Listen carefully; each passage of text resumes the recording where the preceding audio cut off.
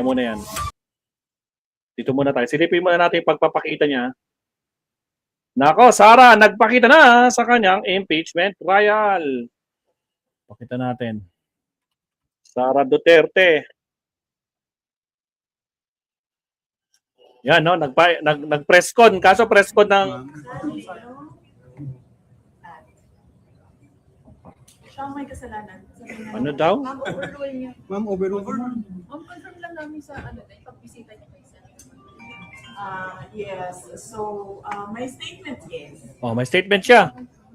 My statement is, in this bloodbath... Oh, bloodbath. Bludgeoning, I will be blooded but unbound. Oh, mablabladed daw siya, blooded daw siya, duguan daw siya, pero hindi daw siya magbabaw. Eh, syempre, kapal ng mukha mo eh, Diyos ko Lord. Eh, syempre, ginawa mo. Hindi mo na talaga magbabaw. Tapos na, mahuhubaran ka talaga. Maraming salamat.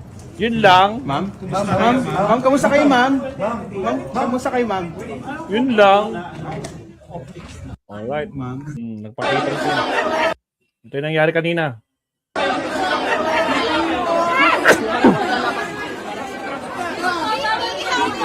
Nasa Senado si Day Mapsat.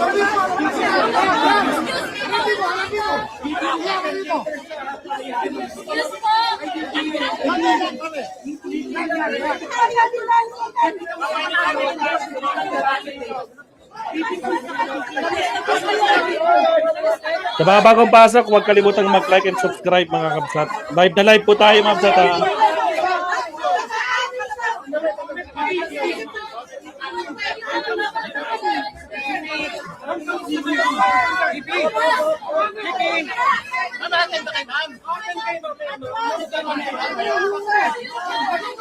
O, tinatanong atin ba kayo ma'am? O, mga kabsat, again, huwag kalimutang mag-like. 3 likes pa lang tayo ha. Baka naman. Like po tayo mga kabsat. Wala pong bayad yan.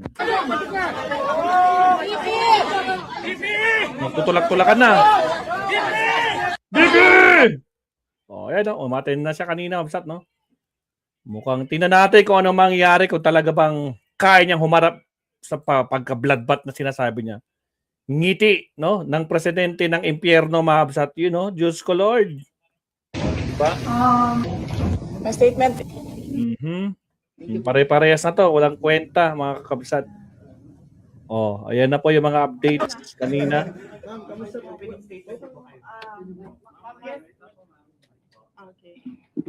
Okay.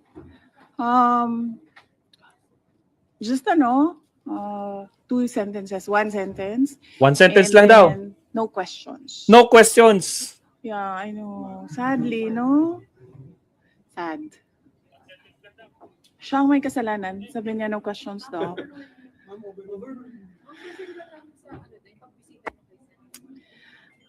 Yes. So, my statement is,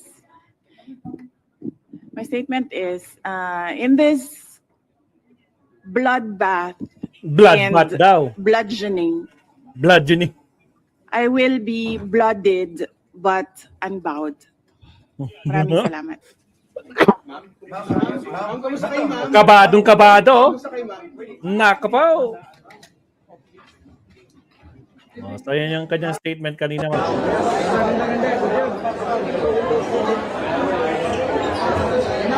Open na yung mga ibang staff. Dumating na yung mga lawyers ni Sara. Barbers, nakita ko din. Dumating na po sa Vice President. So, let's see kung anong gagawin ni Sara Duterte ngayon. No?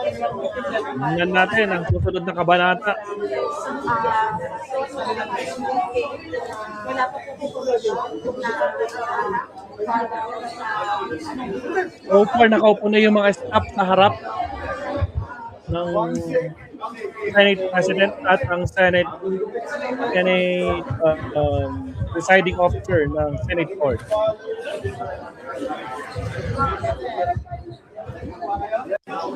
Again, mga absat, 85 live viewers, huwag kalimutang mag-like. Like tayo mga absat. Like pa tayo.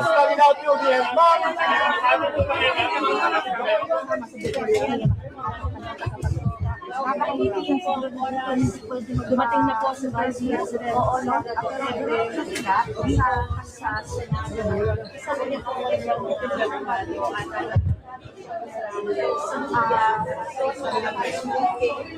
wala po po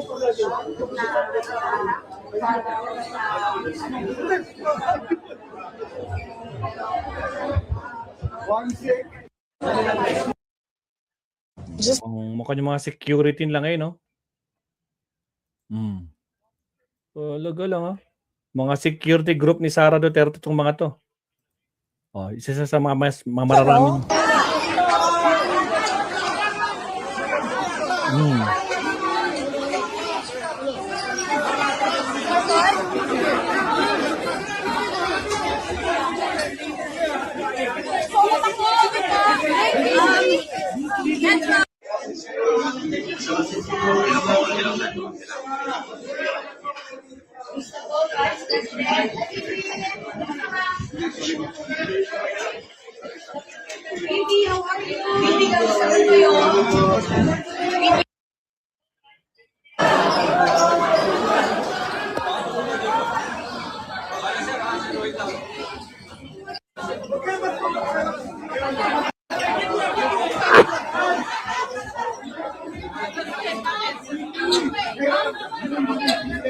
Grabe, oh!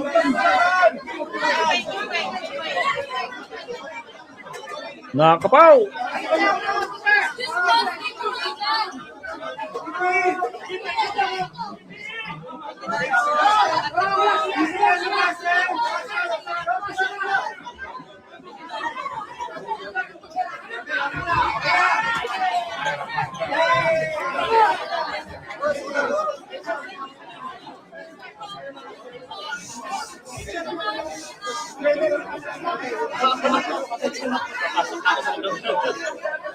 In 5 minutes, mag-start na tayo. Pag-umpisa na. 2:00 yung trial.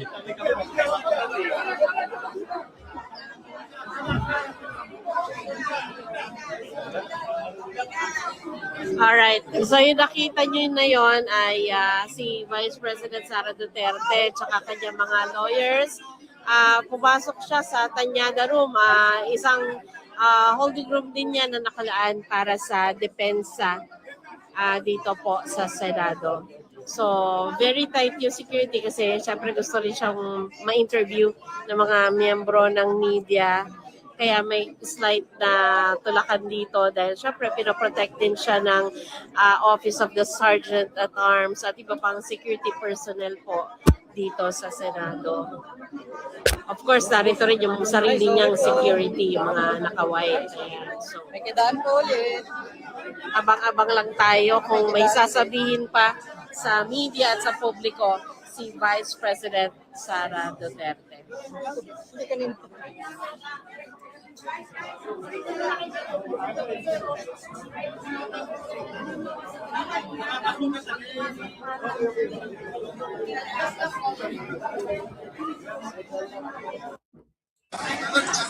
Padilla Room.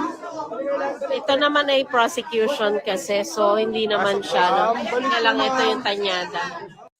Ayan, okay. Alright. So, yan na yung pinaka-live, Ma'am Sar. Ito yung nakikita nyo ngayon. Kaganapan po yan.